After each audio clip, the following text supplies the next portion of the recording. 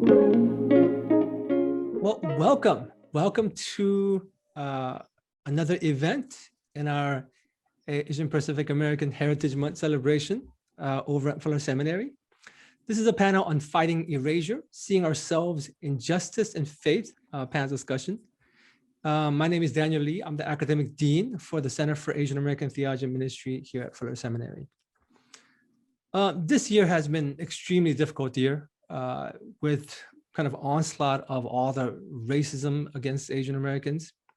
But of course, this is not the first time, right? Racism against Asian Americans kind of happens in waves. And this is the latest version of it. And I think for some of the people who actually don't really understand Asian American history, it's surprising. It might feel like it's the first time, but when in fact, it's actually happened in multiple ways in the past. One of the primary ways in which Asian Americans experience racism is not being accepted as American enough to experience racism. It's almost as though you're not even American, so why would you even experience racism? And I think this is where, in many cases, Asian Americans are simply excluded from the conversation altogether. So in many cases, we're excluded and then we're blamed, right? Why are you staying quiet? Wait a minute, but I didn't even know I was supposed to be part of the conversation. And when we're formed in this way, as Asian Americans, formed in such a way to not see ourselves in racial conversations, it's very difficult to be part of the conversation because we're not trained for that. And so perpetual foreigner, exclusion, outsider is one of the primary ways in which Asian Americans experience racism. To talk about this whole issue of exclusion and erasure, we have an amazing panel. Hyepin Im, who basically was our chapel speaker this morning. She's a CEO and founder and president of Faith and Community Empowerment. She's been at this work for a long time, so we're extremely grateful to have her as part of the panel. We also have Dr. Michelle Reyes. She's the VP and co-founder of Asian American Christian Collaboratives. They've done some amazing work, shining the light upon Asian Americans and kind of raising the visibility of Asian Americans. And we have Dr. Alexis Abernethy, who is the Chief of Diversity, Equity, and Inclusion. Her title will change later on. She's getting even more promoted because her light is shining. Her stars continue going up at Fuller Seminary. So we're so grateful to have all three of you here. So we'll have some questions in the beginning for discussion with three of our panelists, and then we'll open it up. During the whole time, if you have some thoughts throughout the session, you can basically drop your questions on the chat, and we will kind of think about those things. And in the second half of our time together, we will have our panelists address them. All right. So what I wanted to do is kind of give some opportunity because my introduction wasn't very long, and because otherwise the introduction would take up a lot of space because all three of you have done some amazing works. So what I want to kind of give you opportunity for all three of you is kind of share what are some of the turning points. So once again, relatively briefly, just what are some of the turning points that has brought you to where you are in your journey toward regarding racial justice. So what I'll do is I'll start with Hyepin, and then we'll go to Michelle, and then we'll go to Alexis. So what are some of the turning points in your life that have brought you to where you are in your journey toward journey regarding racial justice? Yes. Yeah. Thank you, Daniel, for this opportunity to speak on fighting erasure. I think part of my journey is that my parents were in ministry and they ended up really becoming also unpaid social workers. So contrary to the model minority myth, there are so many Asians who are hurting, who need help with housing, jobs, like any other community.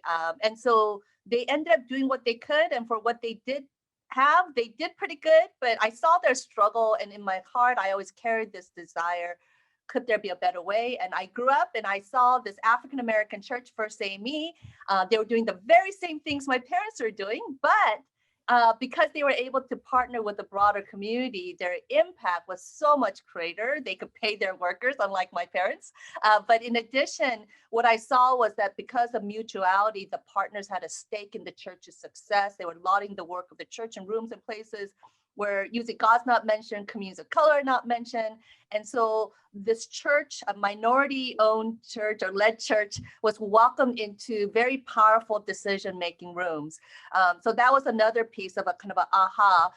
But then in addition to that, I think the LA riots, the 30th anniversary is next year. And as a Korean American, you know, out of the $1 billion in property damage, over 40% were incurred by Koreans.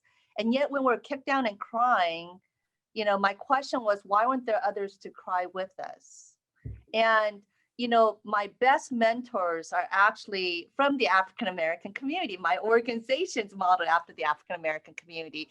And yet, whenever we came to this discussion around Black customers / Korean store owners, these very good people would turn into this kind of Dr. Jekyll and Hyde. And that really hurt me.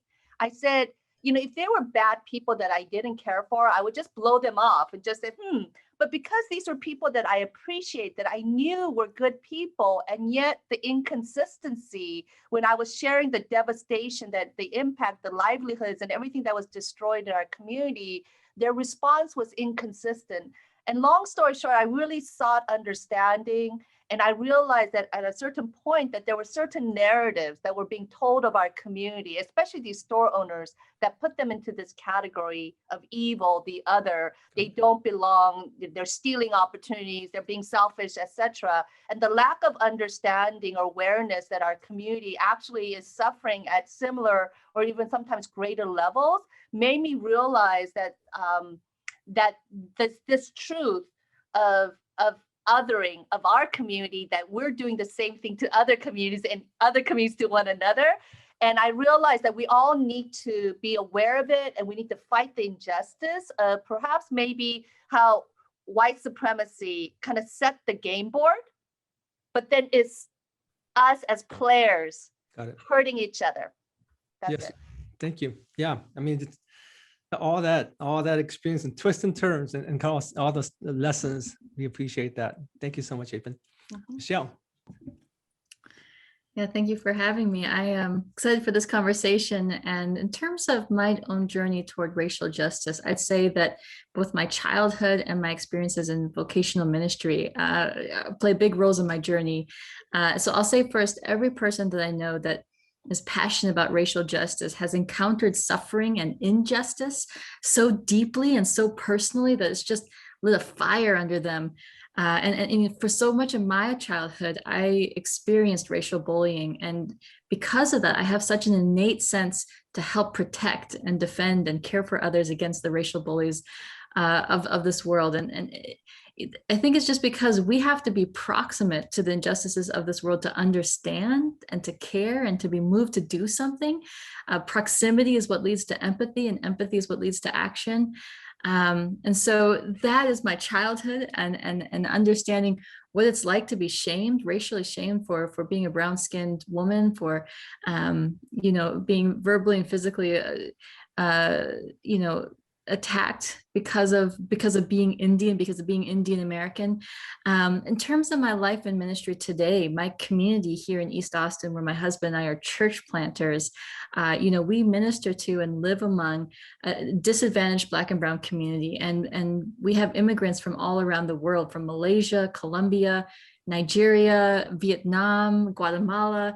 And there's so much beauty, but there's also so much pain here. ICE raids happen across from our playgrounds, and shootings and domestic terrorism are normative.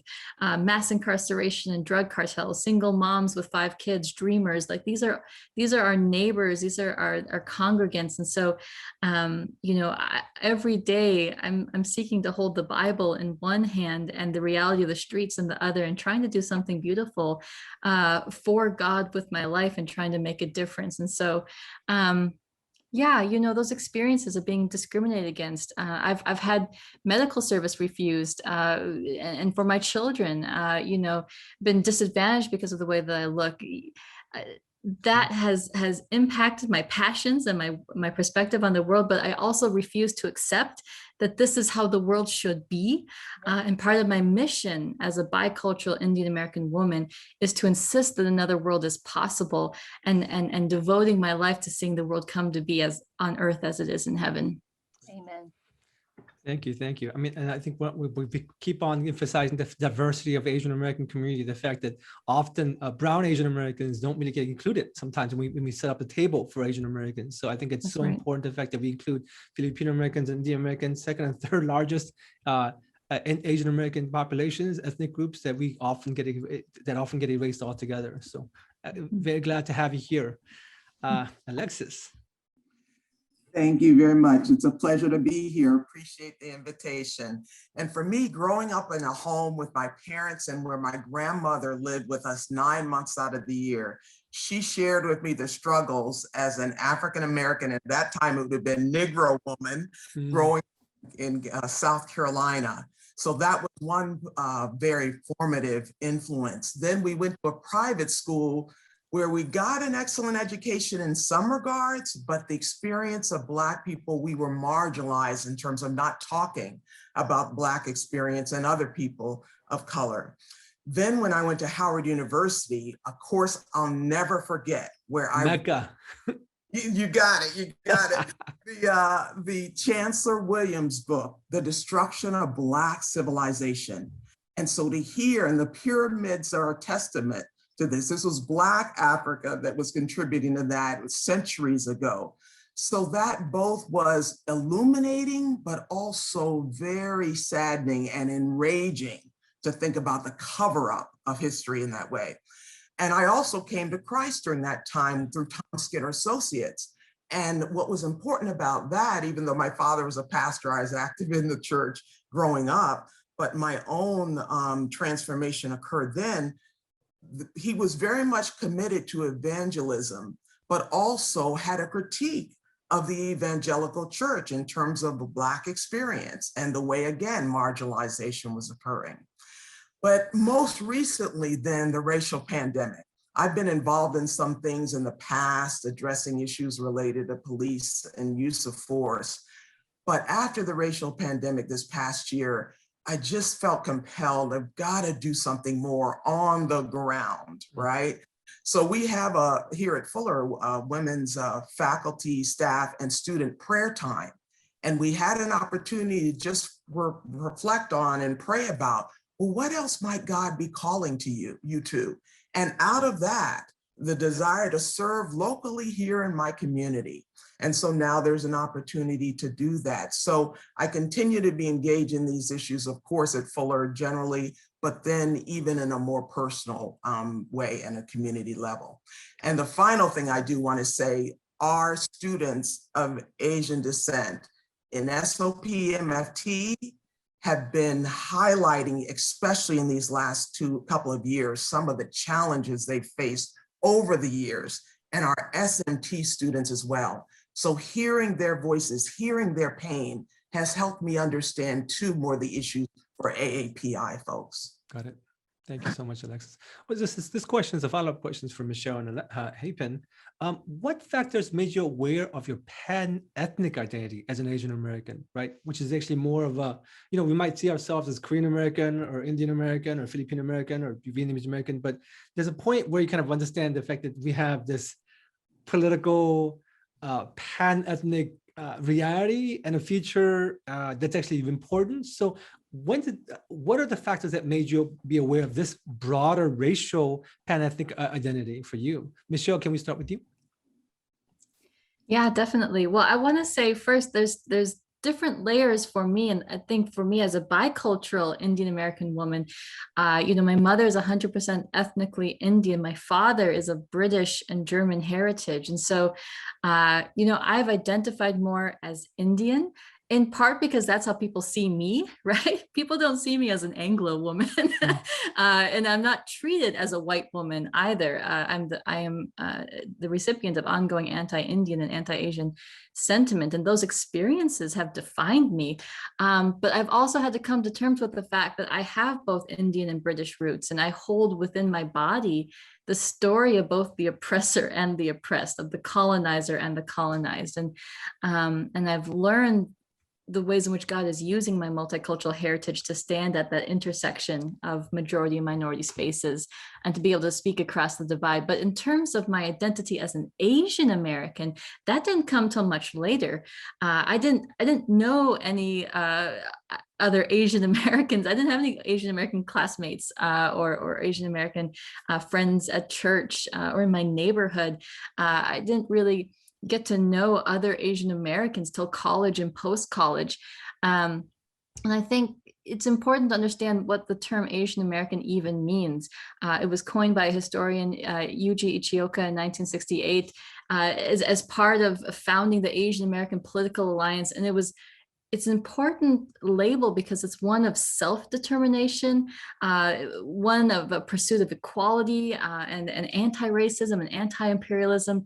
So Asian American is not an identity that is chosen. It is chosen, it's not one that's given, I should say. And so the more that I've grown in my understanding of our shared experiences of suffering and marginalization, between Indian Americans and Korean Americans, Chinese Americans, Filipino Americans, and more, the more I've sought to live my life pursuing advocacy on the ground here in Austin, in particular, and because of that, the more that I've embraced this identification of Asian American, but it's that solidarity of mutual suffering and oppression and my education of our interconnected histories that has made me embrace that term.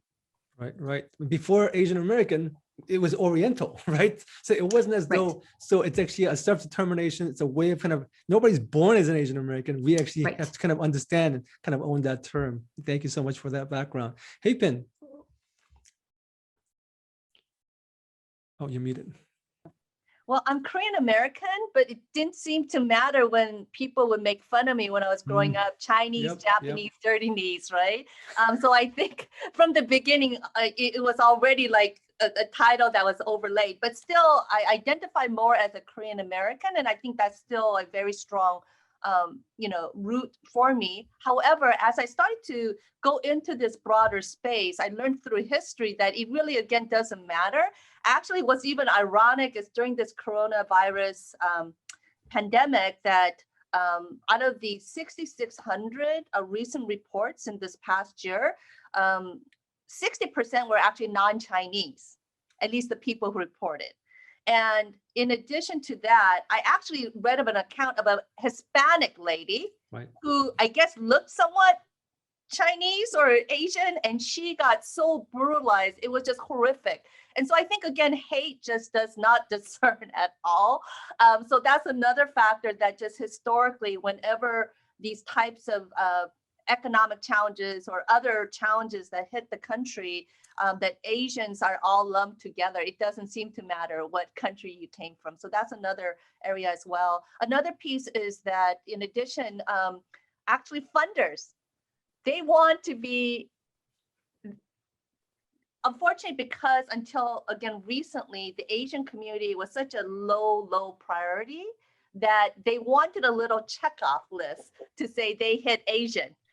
It didn't matter that there's almost 50 groups in 100 languages. They just want to check off Asian. And so in that way, that was another piece, in addition to what Michelle mentioned about the history of solidarity, of bringing all of us together as well. And then the last piece is that around, again, the Asian American experience. We started off advocating for the Korean community, but there were so few disaggregated data points that we just ended up using Asian. So we became really an organization advocating for the Asian community because of so few data points. So for all those reasons, that it just makes sense that we do come together as Asian American, because the world sees us this way, at least in this country as well. Right. I mean, I remember he'd been talking about the transition from KCCD, Korean Churches and Community Development, to FACE, right? And kind of owning the whole space. It's really interesting because Asian Americans often in our families and communities do live in these more ethnic and culturally specific spaces. But then in our wider society, we're basically racialized and put in basically one lump. And so how do we navigate both of those identities, I think, is one of the challenges. And I think I do want to just add that point that, when the universal outreach approach works, it doesn't work definitely for the Asian community. First of all, because of all the different languages, over 70% are foreign-born. And so they don't have access. No one reaches out to them in languages or the channels that they are able to do so. So again, universal completely leaves the Asian community out, period. But then also when they look at Asian, to be aware that there are 100 different languages, it's ridiculous. Yes. Yeah. Well, I mean, so focusing on Erasure now. As you know, Asian Americans have been politically and socially active for 170 plus years, but the narrative of passivity persists. And so we're talking about, how does erasure happen? What are the different ways in terms of how erasure of Asian Americans happens? How is this systemic erasure? How does it happen? How does it get perpetuated? Just for any of the panelists, just open to your thoughts. So I'll let, okay, well, I'll go first unless. Sure. Okay, so first of all, erasure happens by immigration laws. Until the Asians, the Chinese came, there was no immigration process, right? So they initially just by legislating tried to remove and prevent Asians from coming into this country. And that's why our numbers are a lot smaller than any other group. And when your numbers are smaller, then just automatically you're just going to be less relevant because your voice is going to be less so. The second piece is that historically, we keep on being left out of the picture frame because we are not in those decision-making rooms. So, the Chinese with the transatlantic railroad, right? In the final celebration, I guess the Chinese went from the West to the Midwest, the Irish went from the East Coast to the Midwest, but in the final celebration photo, there are no Chinese. We were cut out of the picture frame. And so actually recently I was very surprised. Well, first of all, I was very honored to be one of 5 invited speakers to be part of a press conference with the Vice President, Kamala Harris. So like, woo, but I have to say, I have been in these type of press conferences, but sure enough, once the article is done, the media coverage, I will be not the most important person, cut out of that picture frame, not the one whose quote is highlighted, etc. And so I was literally actually shocked when the next day I was like center front on so many. But I'm sure, again, it was because of the Atlanta massacre and the recent highlight. But just traditionally, even if we're in the room, we keep on being left out. So most recently, about a few years ago, around redistricting, I'm part of a Pan-Asian coalition. We showed up at the front of the county, we spoke up, we brought busloads of people, but it was only when we called a press conference and the LA Times covered us that the supervisors actually started to recognize that we were in the room. So even though we were in the room, we just weren't important enough. And that's kind of been the history over and over again. You're not enough, you're not important enough, you're not insiders, you're not poor enough, even though contrary, that model minority myth, again, just completely makes us irrelevant. They say, oh, you're doing so well. And so you don't need any of our love, our attention, our investment. So we never get invited into any of the studies, etc. But then around white privilege, we're not invited into those very powerful decision-making rooms either. So we're left out on either side. And so in that way, we become irrelevant. And if we're irrelevant, then we're not in the room. We're not in the decision-making room. We're on the menu. Got it. We're on the menu. Oh man, that's rough. Michelle? Yeah, I completely agree with Hyepin. As she was talking about, the narrative of passivity for Asian Americans is mired in our stereotype as model minorities. I want to add to that, though, this problem of the fantasy of easy Asian women, because, we historically, when we look at US wars in Asia, soldiers discovering or thinking, that they have this easy access to Asian women, think, for example, comfort women. And in 1945, the War Brides Act allowing US soldiers to bring many of these women home as wives. These were relations of desire, right? And white men found themselves drawn to women that they deemed, quote, exotic. And the hypersexualization of Asian bodies is something that many of us have had to navigate our entire entire life. And we saw it on display in the Atlanta shootings on March 16th. And oftentimes, Asian female bodies are only valued in this country when they become vehicles of sexual exploitation. And because of this, Asian American women are pigeonholed as meek, as exotic, as unassertive, rather than depicted as leaders. There is an entire history of Asian American women, Asian American Christian women serving as advocates and leaders and leading the cause in terms of justice. But the erasure of Asian women activists from history has helped perpetuate this bamboo ceiling, right? This phenomenon in which, despite our incredible efforts and endeavors, we continue to be systemically shut out of leadership positions or even acknowledged for our efforts, as Hyepin was mentioning. So the myth of exotified Asian American women is a systemic problem and must be deconstructed in order for us to make visible a powerful role that Asian American women leaders and activists play, both in the here and now and throughout history. Thank you, Michelle. I do want to add a couple more points is that, we are perceived as being quiet. And I would say that in certain settings, because we have been clobbered without having the right allies and know-how in place, that we have been clobbered. But naturally, we're not quiet. Whenever they say, oh, Asia's culturally, if you see South Korean politicians, they're at it.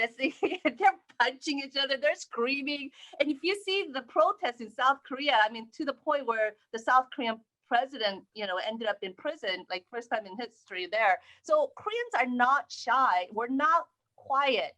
And that's true for many of the other Asian American community. However, just historically in this country, because we've not had a safety net, and really, honestly, even for myself, I'm not shy, but I have been shut down and silenced so many times because, again, in the hierarchy, even of racial oppression or Olympics, right? We're the lowest on the bottom, on the totem pole, because they say because of the modern minority myth, oh, you're not, discriminated, you're not, suffering, etc. Because again, there's this lack of awareness.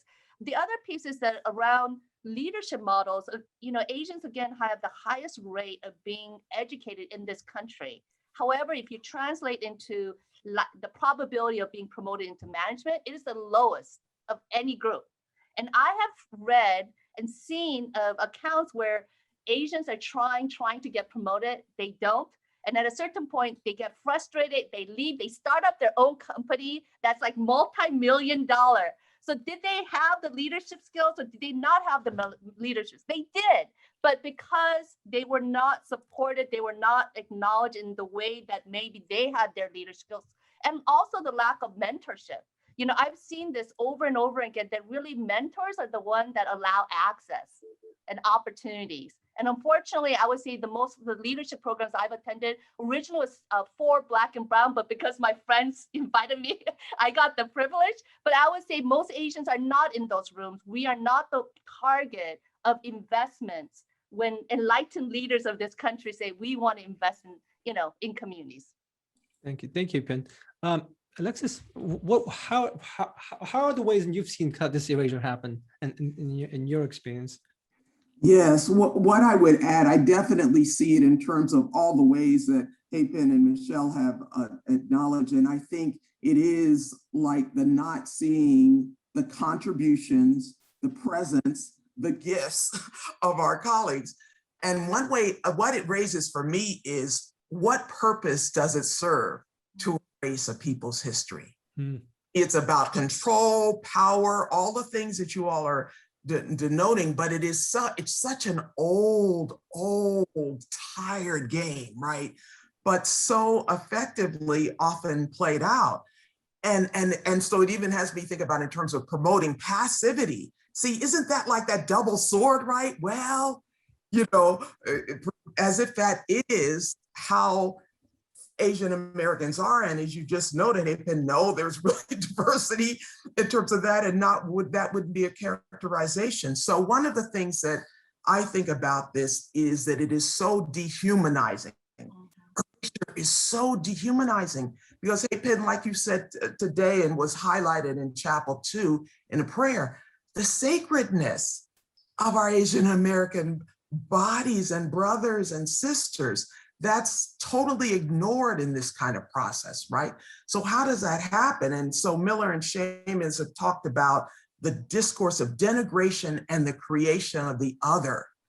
Asian Americans are othered and scapegoated, and Michelle, as you're saying, sexually, all the different ways that happens, which is so, horrific. But it actually, psychologically, that process technically makes it easier than to discard, not see, erase. So we have to challenge that and call that out. And, as you are, Daniel and I have a wonderful brother-sister relationship. Keep us both accountable. And I think that kind of ongoing collaboration and relationships, that can make all the difference. Amen. That's great. Thank you. Thank you. Yeah. I mean, as you know, the modern minority myth is this exchange, right? So the system basically says you get to succeed financially and academically, but you don't get political power. You can't question the system because the system's supposed to benefit you. So if you buy into that, we basically are basically saying we're going to be silent. We're not going to have any cultural power, right? I think erasure often happens in the educational system, as you can see. I mean, we talk about the textbook publishers, because they control so much of the educational system. If Asian Americans are in the secondary education system, even in a lot of colleges, how do we learn about ourselves? Hyepin brought up this important point, this idea of the fact that, well, and actually I've heard so many Asian Americans say this to each other and saying, well, it's a culture value. I mean, David's gonna go crazy, right? It's a culture value. I don't know who basically started this thing, but the idea of the fact that, well, the nail that sticks out gets hammered down. I'm thinking to myself, have you been to Asia? People are not quiet. They overthrow presidents. What are you talking about? If it's some kind of so it can't be an Asian value. It's got to be an Asian American racialized experience of quietness. But then, because America doesn't give us races and categories to function, we run to whatever we think the problem is. It's our heritage. And so we blame ourselves, which kind of leads to this next question.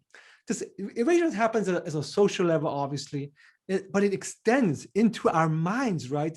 And we're going to have a session on this later on, tomorrow evening as well. But internalized colonialism or internalized racism, where Asian American mindset itself changes, where we end up erasing ourselves. If people keep on telling you, it's your culture, it's the problem, well, that's the only thing we know. So we blame ourselves and say, it's our culture, it's the problem. We've always been silent.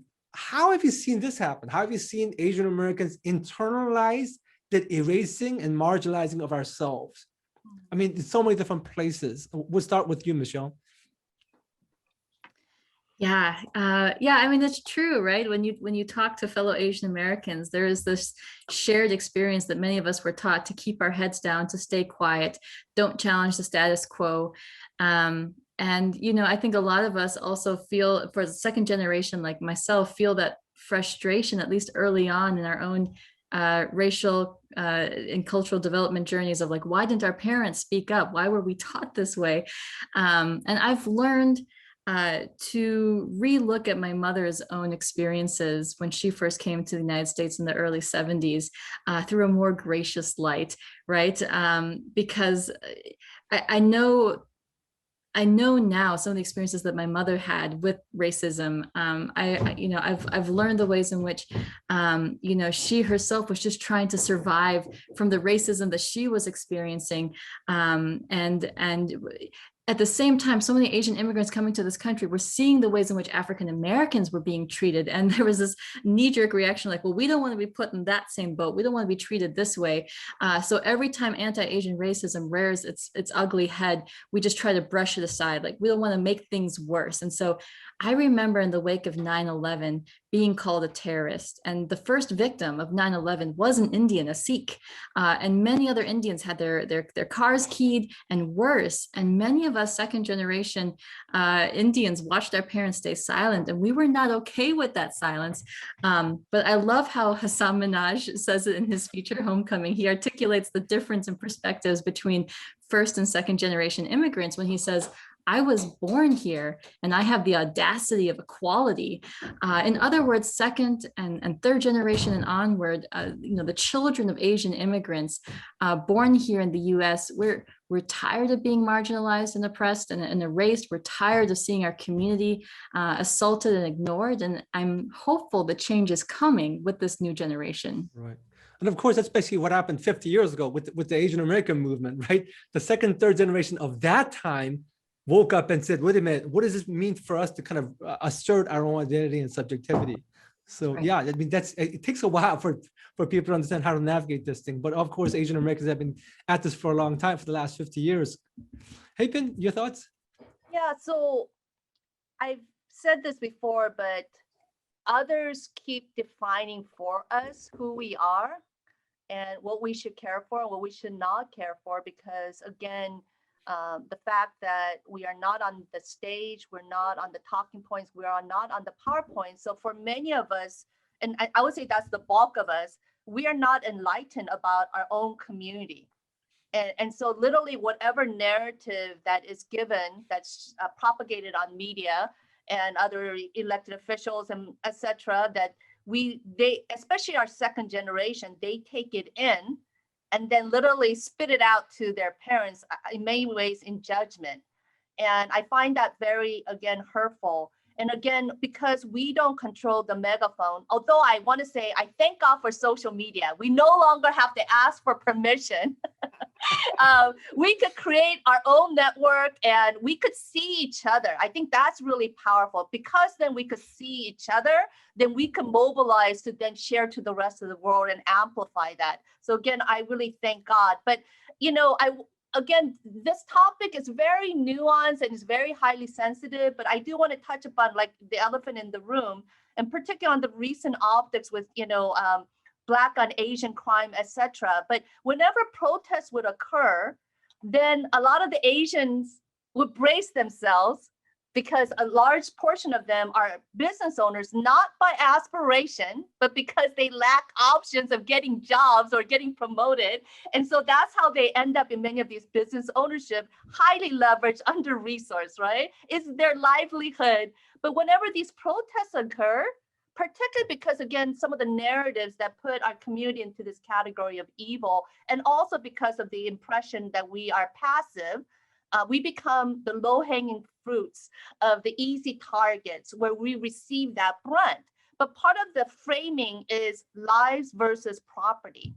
And I've seen, a colleague of mine, a friend of mine, who runs a large foundation, and his father's business was completely destroyed. There was a lot of what they call antiques that were historically, part of it was all destroyed. And he's sharing this, but he says, but that's okay. Properties can be always replaced, lives cannot. I've seen also, for me, the Los Angeles riots is a riot. Wikipedia says it's riot. 40% of the Korean community was, the $1 billion. So for me, it's a riot. But I remember someone, when we were organizing the 20th anniversary commemoration, and it was multi-ethnic, we involved everyone. It was about peace. But anyway, he sends me this email, says, do you know what time of day this is to call it a riot? And it was not even me, it was the Hispanic community. We took a vote. It was a multi-ethnic committee of all different groups, Jewish, Black, brown, and we took a vote and they said, let's call it a riot. So we did the commemoration of the LA riot. So it wasn't even just me, but that's the kind of, again, self-erasure, because we've never been given that safety, that safe space where we could express our pain. Thank you for that, Hyepin. Actually, to pivot a little bit, I want to ask more of a broader question, and I want to start with you, Alexis. What are the factors here in Christianity overall that helps contribute to erasure, or even just erasure of our particular identities, right? I mean, somebody texted me today and said, well, why does it matter if we're Asian American or whoever? Because aren't we all a child of God, right? So, you could talk about it just broadly, but I would love to hear other people talking about just how does Christianity or evangelical Christianity or Asian American Christianity contribute to that self-erasure or just even erasure of particular bodies? Really appreciate that question. And, one of the challenges is you say we lift up color blindness as if that's the ultimate. That's the ultimate. And in our being one in Christ and being Christ's body, that he doesn't have differentiation in that. In other words, uniqueness in that. And that's all part of God's design as well. So that's one of the problems, that how we understand God's creative work in the world. To me, that's one challenge. And then, of course, how we've lived this out, because the Word of God, I think, lays that out kind of clearly in terms of what God is highlighting and the value of diversity. But then as we live it out in Christian community, these isms, racism, sexism, continue to impinge on how we live out our faith in a way that in some cases is very different from what God would originally intend. I think that's clearly one of the problems. Another one is even because some of us even think that when we talk about inequities and racism and sexism, that isn't even Christian. Oh, we're steering away from the Word of God. I just wonder, there's plenty examples of this in the Old Testament in particular, right? So if you're reading the same word I am, it's there, it's present. So then also, even on our worship experiences, right? There's as if it's joy, light, peace, there's not enough place for lament, for struggle, for these dimensions of our worship experience. So I think that also forms us with a limited ability to engage, even from a Christian perspective. We split off social justice as if social justice is something secular. And then we're not realizing that, oh, you actually then mean justice that God clearly talks about is also not part of what he's concerned about. Okay, we've got a lot going on there. So I think those are some of the ways that we engage it. And then, Daniel, you've written a nice piece on spiritual lies and superficial reconciliation. My research fellow discovered this piece. Right? And you talk about, very importantly, how our spiritual lives, again, don't allow for the real truth of our experience in the world. And there's Sandage Schultz, and Sandage and Schultz had this model of spiritual transformation, which includes the notion of dwelling, but also seeking. That model gives, if you dwell in one place too long, you're stagnating. So sometimes what the Christian church needs to do, it does need to change and transform as we understand more fully what God's plan and intent is for us. But sometimes people are just fighting change because it's change, as if, because it is change, it's bad automatically. Some changes are helpful, some are not. But the challenge in their model, they clearly indicate, in some cases, when it's time to shift, if you do not shift, you stagnate. And that's why some churches have actually died, because they haven't been renewed and refreshed in the new call that God has for them. And sometimes there is anxiety, uncomfortable feelings in that other dimension, but that's part of our ongoing growth and development.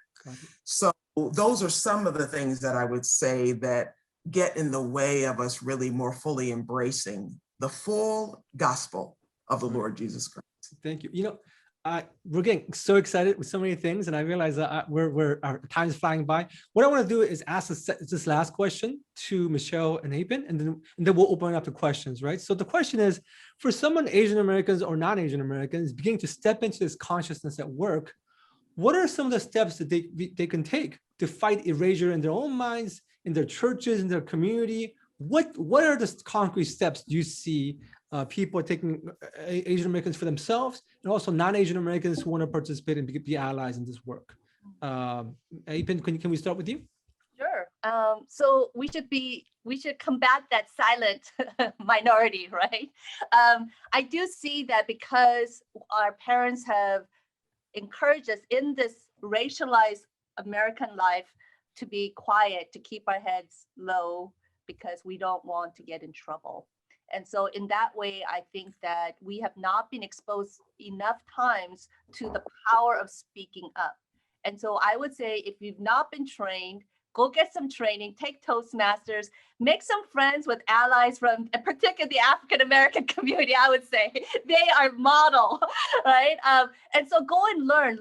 And I've learned this, like, you know, in a room, especially the Q&A, I call it the unofficial, by you raising a question, you become the unofficial invited speaker. Someone did all the hard work, paid the lunch, everything, and you now become the speaker, right? So I would say take advantage of that time, because a lot of times during those sessions, everything's documented and it's an opportunity for people to see you, that you're in the room. A lot of times when I speak up, I learn people, I didn't even know they were in the room. They come see me because they saw me. We need to be seen. Please speak up. Right? Raise your voice, even if you think it's a stupid question. Unfortunately, everyone else is thinking the same thing. So just ask it. Because I've learned over and over again that when I do, I overcome my own fear of looking stupid, that so many of the people in the room are looking at me going, thank you, thank you, thank you, that I asked the question. So please do that. I would say also learn our own data points. You know, starting point, go to my website. You know, I'll put it in the room, facela.org. I did a lot of hard work lifting up, finding those little data points out of hundreds of pages that they finally speak about Asians. So please go pull those data points, because if you're in the room and they're talking about communities of color suffering and they leave out the Asians, it's your job to raise your hand and say, you know what? If you don't know, to say, I'm kind of wondering about the Asian community, especially when you disaggregate, you know, what are those data points? And they'll probably say, oh, I don't know, but you challenged it, right? But go and study. And if you know it, to say, you know, this is the truth that I know of our community. Can you help us? And then finally, I would say get involved politically, even though this is a space that you're uncomfortable with. And when I say politically, it doesn't have to be partisan politics. It could be just civic engagement, community-based organizations. Come and join our effort, Faith and Community Empowerment. We're going to be doing a lot of training. We have something called C2 Leadership Institute, very practical. And I know Daniel wants me to keep it short, and I don't think that was short. That's good. This is all gold. This is so good. I mean, I wish we could just keep on going here, but we were limited by time. Michelle, your thoughts? I love it. I love it. And that's something that I have learned to do more too, is in conversations to be asking, what about the Asian Americans, and where are the Asian Americans, right? When I'm invited to spaces and I see I'm the only, not just the only Indian, but perhaps the only Asian, and ask, why is that? Why aren't there more? There should be more, right? I don't want to be the token. But I think for us as Asian American Christians, we also need to lean into Asian American theology. There is a rich history of Asian American theology of marginality, and how we as Asian American Christians can respond to our own erasure through creativity from the margins. And so I think the more that we can look to scripture with this theological lens, the more we can be empowered that this is not just some sort of secular agenda, but this is there's a biblical precedent to our activism and to our taking up space and to raising our voices. A few other things I'll add along with what Hyepin mentioned is not to be ashamed to associate with other Asian Americans. You know, too often we seek dominant approval and fear associating ourselves with fellow Asians. And many Asian American Christians try to be white proximate. I love the way that Dr. Sung-Chan Rah mentions in an AACC Reclaim podcast. He says, God did not create Asians to be honorary white people. And I would add, God did not create Asian Christians to be honorary white Christians. So, you know, develop your cultural identity, grow in your racial consciousness as an Asian American, like Hyepin mentioned. If you don't know the history of Asian America, learn that, read Erica Lee, read Frank Wu, understand, you know, this long rich history of Asian Americans in this country, but also how anti-Asian racism, there's a long chain, and what we're experiencing right now is just the newest link in a long chain of anti-Asian racism. and pursue model minority mutiny. I love that phrase from Change Lab, Soya Young and Scott Nagakawa. We can raise our voices to deconstruct the model minority myth, to share our stories, to bring those experiences to light, and to refuse to not embody that in the spaces you inhabit. And then finally, in terms of creativity through the margins, we can learn to raise our voices through the arts, through music, to creatively educate people to our own history and experiences. So learn to mobilize and connect even in digital spaces through Twitter conversations and more, pursuing campaigns and whatnot. We have a long history. As Asian American Christians, there's a lot that we need to grow in and a lot that we need to call out, but we also have a long history of civic engagement and standing in solidarity with others. And we need to know that history and learn how we can continue to model and embody that today. Super. This is amazing. I mean, we just keep on going. I'm going to turn to questions now. So the first question, and I picked up some questions I think that would be helpful for us. The first question is, for any of the speakers, do you have any tips for people just being to enter the advocacy and activism world? Maybe it's just highlighting whatever you've covered before, but just, what would be the tips for just people who are just beginning to enter this world advocacy and activism? I would say, listservs are very important.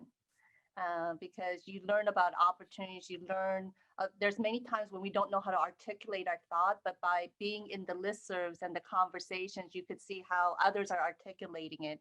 And so I would say, find first leaders like Daniel, Michelle, right? See what Facebook groups they're part of, as well as actually Alexis. Again, my best opportunities have come from other communities of color.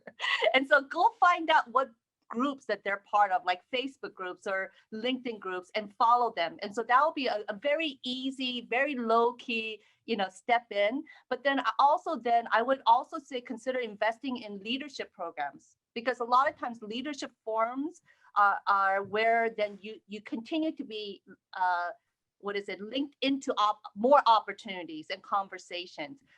As well, come and join our conferences, because that's kind of another one, like this kind of conversation, your mind's open to new thoughts, you connect with people, you learn who are the players, follow them, right? And so I would say those are three practical things. And we are having our national summit in the fall, as well as our C2 Leadership Institute I mentioned. Very practical.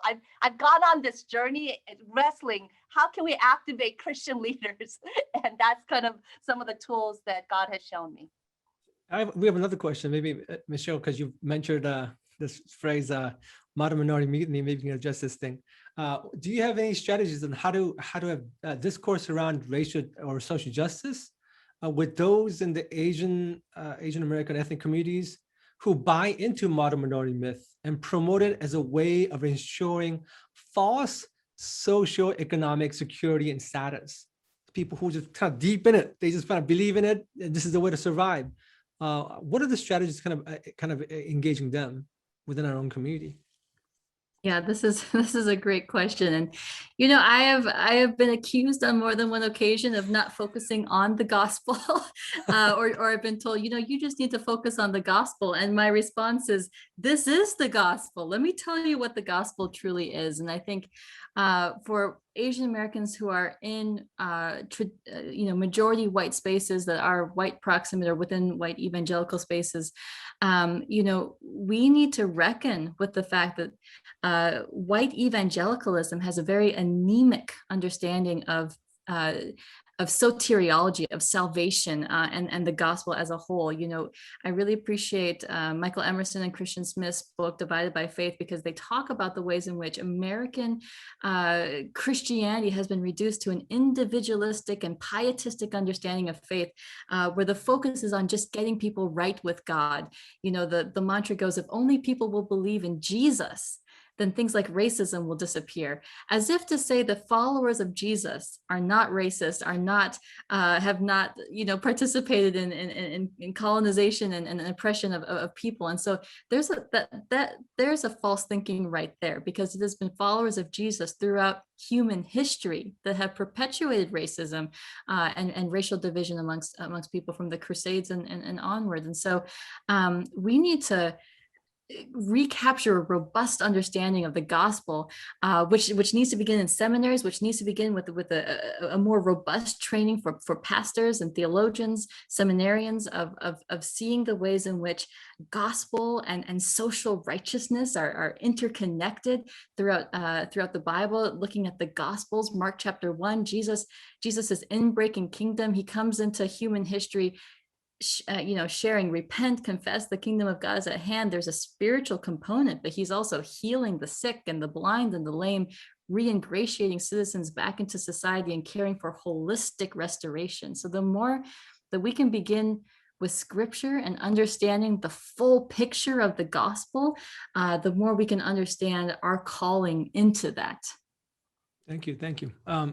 Alexis, this is, you'll see my logic in terms of why I'm asking this question, because you're a psychologist as well. But the question that somebody asks is, do you have strategies engaging and promoting interracial discourse on, racial justice specifically? And this person is talking about, I think, the Asian American person, talking about many people in the Asian American community who are feeling angry about the violence against API folks perpetrated by Black individuals. I mean, of course, we can talk about the same thing, right? Flip side around. I think that's basically why. And kind of feeling stuck that when we frame the whole thing in terms of white supremacy, it just seems like there's an invalidation of people's experiences and feelings, right? Just in terms of what really happened. And of course, as a media is kind of, sharing their narratives about how this works, what are the strategies and how do we navigate this thing, right? To kind of keep our solidarity, at the same time, not invalidate people's specific experiences. Right, we've got to be honest, right? Internalized racism is a horrible thing. It turns us against our own group and it turns us against other groups. So one way that Jost et al., they talk about unconsciousness raising. So implicit bias gets at this as a certain way, but we used to say conscious raising, to be more conscious, have your conscience more, a greater consciousness. Now, even there's some things that people intend to do. So because of past experiences, yes, some Black folks act in prejudiced, racist ways toward other people groups. Of course, it happens with our own people groups and with Korean folks as well. We've got that all going on. We have to be honest about that.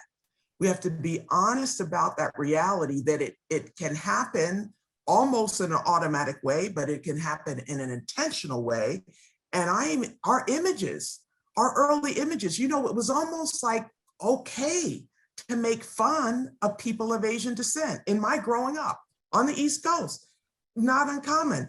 I have had to almost, a process of deprogramming related to that. Language, that does actually matter, because what you're thinking about sometimes translates in easier ability to do some things that you wouldn't normally. So I think we need to be honest about ways that we have done harm. And again, it goes all the way around.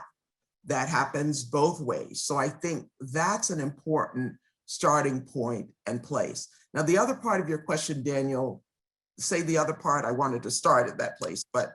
I guess the other part is thinking through, how do we because we know that this whole racial mindset is set up by white supremacy, right? So yes. Sometimes when we say it's all white supremacy, it almost seems as though we're kind of glossing over the particularities of people's experiences. So people feel like, well, look, how can I buy this when in fact this person that did this to me is an Asian American, this is to me is a Black person? How is it white supremacy? I mean, it's very difficult to kind of make those connections in your mind when we think about white supremacy in a very narrow way. So I think that's what we're talking about.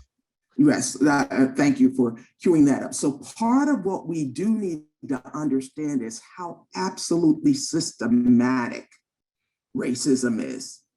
This is down to a science. So there's some old material, and there's one particular letter that I'm trying to remember the reference on it. So if I think about it, I will add that how people systematically prepare people, train people, even behaviorally, to start to think about others in these ways that would contribute to marginalization and dehumanization, like I was saying earlier.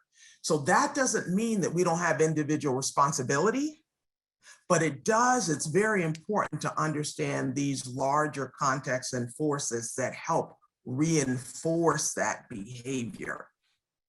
And one of the biggest lies is that there's only a little for a lot of people.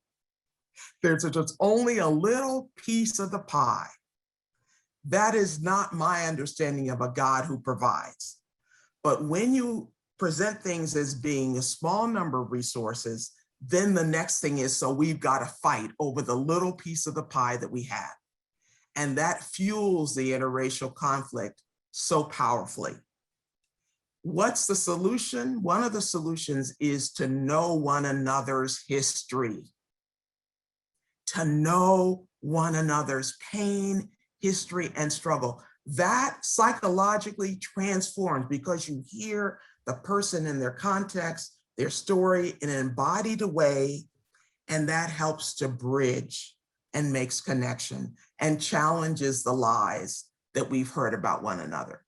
But that doesn't mean that, yes, we commit acts against one another that are harmful, that are hurtful. So in those cases, we need to confess, repent, and change, but not assume that all people are like this particular situation. Right. Yeah, I remember my mother, as she was learning more about Black history, because I think my family had a store in Southeast DC, so I grew up in this kind of like a predominantly Black neighborhood, a Korean American family having a store over there, and I think a lot of Korean Americans or a lot of Asian Americans, and when we interact with Black communities, we think purely in terms of culture with erasing all that history, and of course. Black community without history is literally incomprehensible, right? Like, how did we get here, right? And I think same thing for Asian Americans as well. When we come and say, how did we get here? What does it really mean to kind of find ourselves in a situation place? Even though some Asian Americans have only come here for, I guess, a lot more recently in a sense. Let me see here. What I wanted to do is kind of give you opportunity to talk about your own work. What are the initiatives and steps in your own organization in terms of what have you taken steps in terms of fighting Asian American erasure? So, this is a way to kind of shine a light upon your work, what you're doing to kind of really highlight and fight this erasure that's happening, in our society and also nationally as well. Hyepin, why don't we start with you, and then we'll go to Michelle, and then Alexis, you can talk about what's happening within Fuller to kind of fight Asian American erasure as well. Sure. Oops. Yeah, sure. So I could just give you some examples in terms of advocacy. So we actually started going to Washington, D.C. because in May of 2001, we had this historic event in Los Angeles, bringing 350 Korean faith leaders around economic development. And we definitely put us on the map. But afterwards, when we went to approach funders and policymakers, there was no line for us to stand in because of the model minority myth. And so that's when we realized that we need to go to Washington, D.C. And that was when Bush had the faith-based initiative. And so that actually opened doors. We brought, again, Asian American Christian leaders, because unfortunately for many of them, they're just not aware what resources are available and why it's so important. I think for the LA riots, for the Korean community, it was a rude awakening. It's too late to make friends when you need them. And in this world, in America, you need to make some friends. And so we started training Asian Christian leaders how to advocate, informing them, educating about our own data points so that we could advocate, put them in front of policymakers so that their voice will actually be heard, right? And I remember very clearly the first night we had some powerful players and it was Q&A. And what do you think happened? silence. And so we use that as an object lesson to say, this is why, we're not on the radar screen. And so by the third day, when we went into the White House and the White House faith-based director asked, any questions? Literally 30 hands shot up in the air. It was a very proud moment for me. And so we have worked to train other faith leaders how to speak up, how to partner through our national summits. And I mentioned about the C2 Leadership Institute that literally downloads the tools, the skills, the relationships, the mindset, everything. It definitely moves the needle. But another piece is that I am in many rooms. I'm very privileged to be in these rooms, but usually I'm the only Asian. And I remember with PNC Bank, they were talking about a racial equity initiative that they were announcing. It was about 40 million at the time. And they said they were targeting Black, Brown, but did not leave the Asian, did not include the Asians. I raised my hand, asked for a meeting. And sure enough, last week, before they announced the $88 billion initiative for a community benefits agreement, they called me and they said that our presentation and meeting made a difference in making sure that Asians were being included. And they named our organization as one of 4 that they held listening sessions. And I'm just giving you one, the same thing with the LA County, the person in charge of racial equity. He's supposed to be submitting a recommendation to the county supervisor for $1 million that was set, that's historic for API community. Again, he mentioned that our work made a difference in what he submitted to recommendations. So again, on many fronts, we're working to make sure that the Asian community is included and we're not left out in any of these initiatives. We do homeownership, jobs initiative, clean energy, electric cars, you name it, mental health, metro. I'm just going on, but I will end with that. Thank you.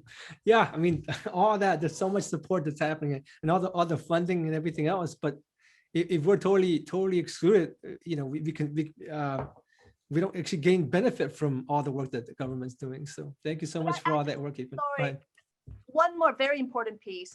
We are convening with the Black clergy, with Asian clergy, and we are creating, and with their help and their grace and generosity, an educational sermon curriculum that will be distributed to the various denominations. So we have some very powerful Black clergy players who are coming alongside with us to invest in this effort.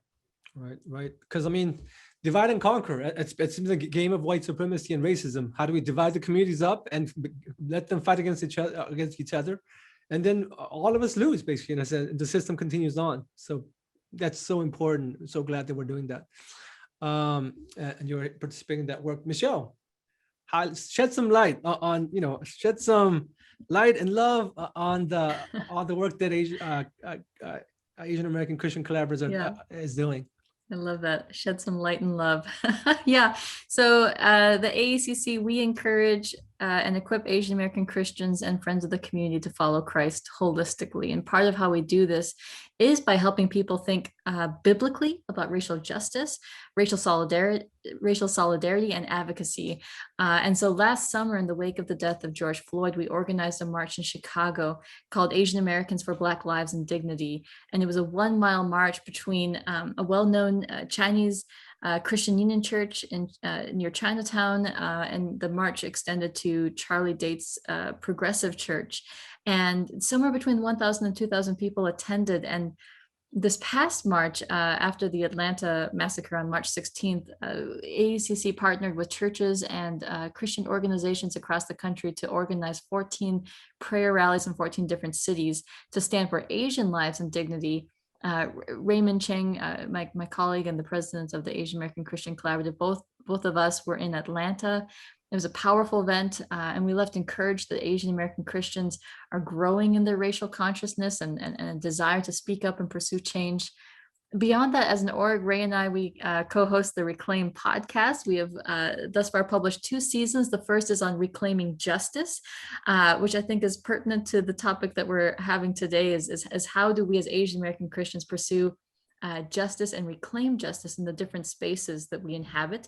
And the second season that we just released this spring is on cultural identity. How do we reclaim our cultural, our God-given cultural identities? How do we see it, develop it, celebrate it? And then we also have our Reclaim publication, where we look at topics of culture, faith, race, justice through a biblical perspective. And through that, we seek to elevate a diverse range of Asian American stories and experiences. We're creating leadership pipelines and investing in the next generation. So, we'd love to have you follow us on social at AA Christ Collab, listen to our podcast, reach out if you want to get involved or volunteer. And this month, specifically for AAPI Heritage Month, we're doing a series of Instagram Lives on what it looks like to celebrate our stories. We're going to talk about everything from racial discipleship. How can the church celebrate, center, value Asian American congregants by pursuing holistic racial discipleship that includes the Asian American experience? How do we lean into and celebrate our cultural identities through food? How do we pass on a legacy of beauty and celebration of our cultural identities to our children? So we're going to be doing a lot of conversations around that this month, and would love to have you join us. Super. Thank you. It's like a feast. It's like a feast set before us. Alexis.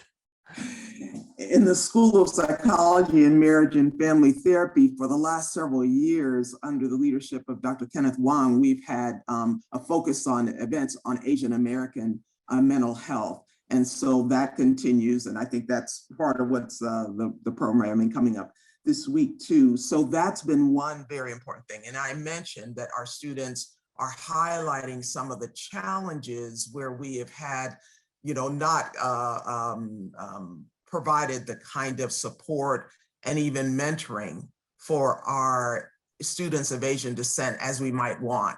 And so those are hard conversations, painful to hear, but we've also then taken that in, listened, and then worked toward making some change and giving faculty feedback in places where they've needed. So that's been going on in SOP, MFT, and is an ongoing work.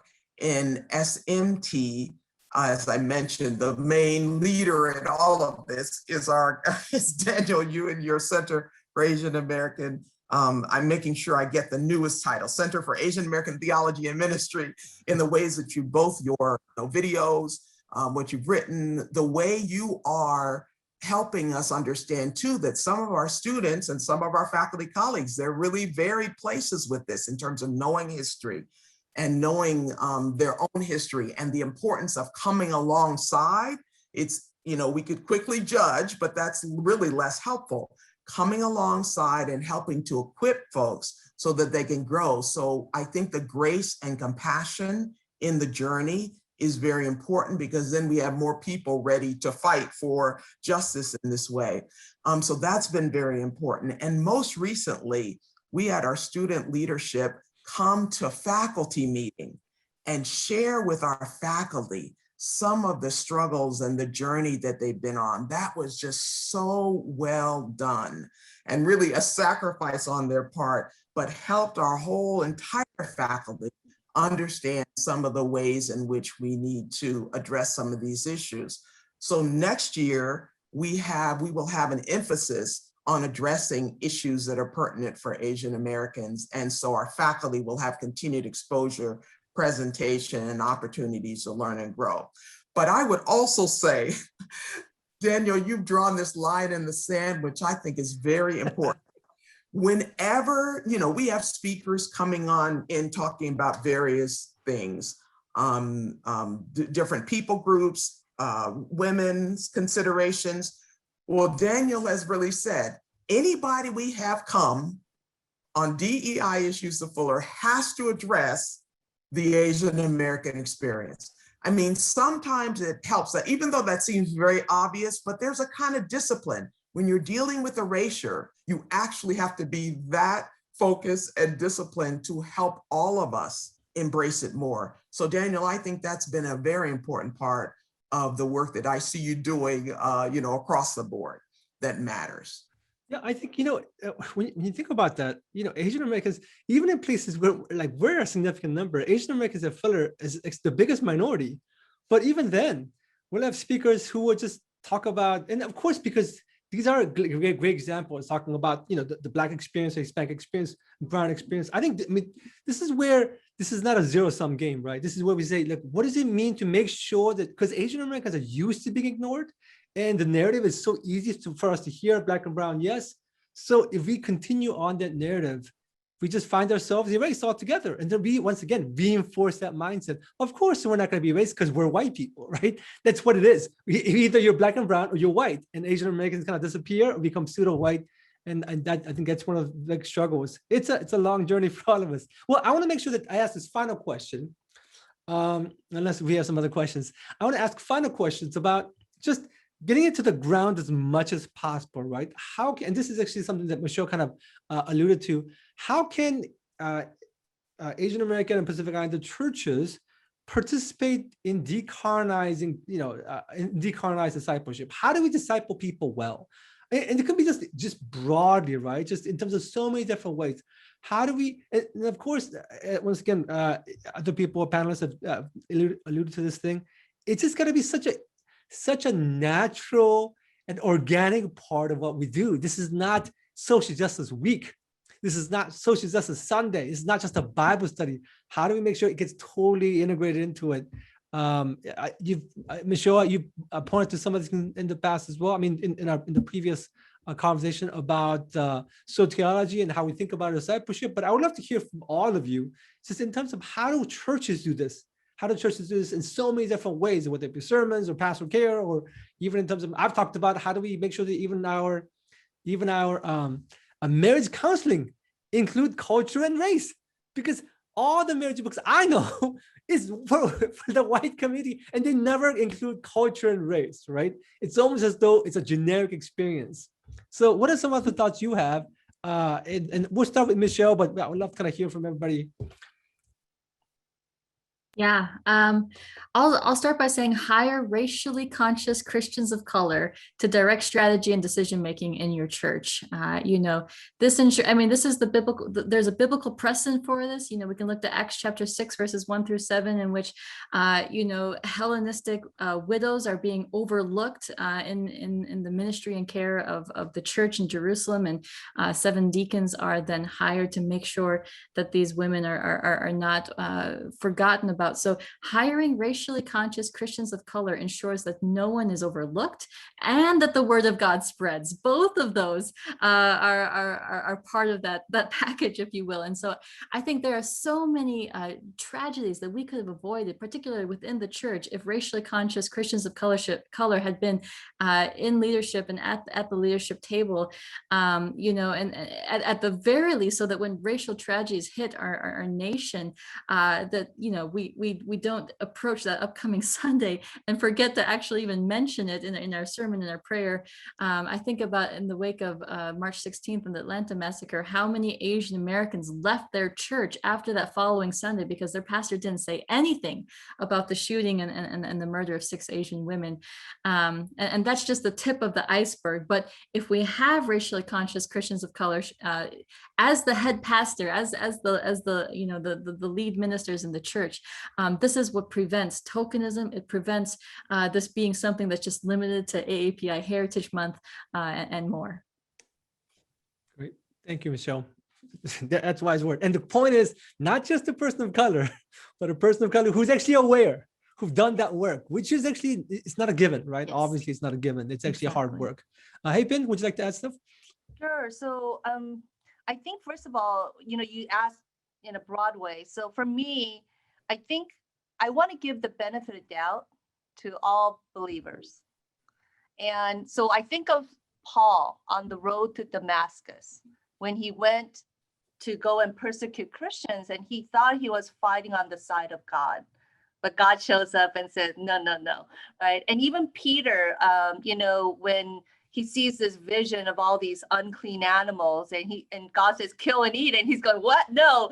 And so I think as believers, all believers, I think there should be training incorporated into our church life of re-looking at what we think God wants, and looking at maybe the interpretation that has been passed down to us, to re-look at that, reconsider, right? And to give that benefit of doubt, and to be open and receptive to hear some additional voices along the way. And so that's one piece. And I'm thinking, whether it's on abortion, LGBTQ, on political engagement, these are just kind of all topics that people say, don't talk about it, or you will divide your church, right? But I think there should be tools that will allow us to be able to have productive conversations. So that's one piece. The other piece is that, having that one Asian or African American or whatever flavor of the month staff is not enough, and I think there needs to be a structure that creates a more opening space. But I think one fast track is actually through partnerships. Partnerships, it comes from mutuality. It's not a condescension, it's not a patronization, it's where you look at that partner and say, you have something valuable that I appreciate, that will be valuable to me, and vice versa. And so I would encourage churches to seek partnerships with other communities, right? It doesn't have to be even a racial group. It could be, let's say communities that serve disability or mental health, or, whatever it is, that there could be more of an intentional partnership that fosters that. I would also say that, on your website, I want a mark that says community partnerships. And I actually insist that for our C2 Leadership Institute, that right there, and there's a point person who will report out on how the church has partnered with either other communities of color, with other, what kind of impact, how are they outward bound? How are they being that light? How are their good works, as in Matthew 5:16, seen in such a way that God is honored? And what's reported, right? What is measured gets, be implemented. And I think churches are missing in that piece. And so I really would encourage that as well. I'll end with that. Thank you. These are just, these are pearls. These are jewels here for us to really appreciate. Alexis, a word? Yes, I love, especially Hyepin, just where you ended up in highlighting the relational and the community partnership piece, because I do think that's so important. And I think one of the things that can be helpful, there's some great books that I have found helpful, most recently related to decolonizing. Some people will want to take a deeper dive, and I think in any church, it could be helpful to have a smaller group. That Oscar Garcia Johnson's recent book, Vince Bantu, Willie Jennings, they have done some recent writing on this that can be helpful. So you could have some people understanding more the depth of it, but then deciding how are we going to tailor this for our church? Because almost a posture of humility, which you all have been highlighting, and patience. Because I think that's almost important to say at the beginning, okay, this will open our eyes to some things we haven't really been seeing, but we will able to relate and move through this together. So I think church communities need to hear that patience and humility, but the God, it can work in and through us in this, so that our churches will more fully serve our people and serve the community. So I think that kind of deeper dive can be important, because then you can tailor what you're needing for your own worship experience, for your own community that you're serving. Great. Thank you, Alexis. Add. Yeah, before we wrap up here, I want to talk about just the work of the Asian American Center. We talk about getting educated, and actually learning about all this stuff on your own is incredibly difficult. And you want to learn more than, social media. You don't want your whole education to be a social media, even though there's a lot there, right? So the Asian American Center offers courses. We have multiple courses, right? We're one of the very few seminaries who actually have like 3 courses on a regular basis we offer that are actually usually packed. We have formation groups, events, we have mentoring. So and we connect with the long history of Asian American studies and Asian American psychology. So, Hyepin mentioned the fact that Black community, they've been instrumental in mentoring a lot of people of color. We learned that through our center, we learned the fact that Asian American studies, we learned from Black folks 50 years ago, right? It's a whole history that we have. And a lot of us are not really connecting with the activism and the wisdom of our own community. But that's something that we're missing a lot. And just how do you connect it to our ministry and theology as well? Of course, I want to highlight the Centering podcast. We actually had a whole season the Centering the Asian American Christian podcast. We had a whole season of talking about Asian American church history. So Christian church history, that's been great. We want to continue have experts talking about deep issues and kind of enlightening the conversation. One of the biggest things we focus on is how do we have deep nuance, right? Because if our community is that complicated, the fact that even in terms of Asian American community, the fact that brown Asian Americans get ignored on a regular basis, how do we make sure that we address this issue? How do we make sure that we have this kind of complexity in our nuance? So in all that, we're so grateful to have all of you here. We're so grateful for the panelists and the fact that we're able to have this conversation. Thank you so much for all of you joining us, and special thanks to all the panelists. And we wish you all God's peace.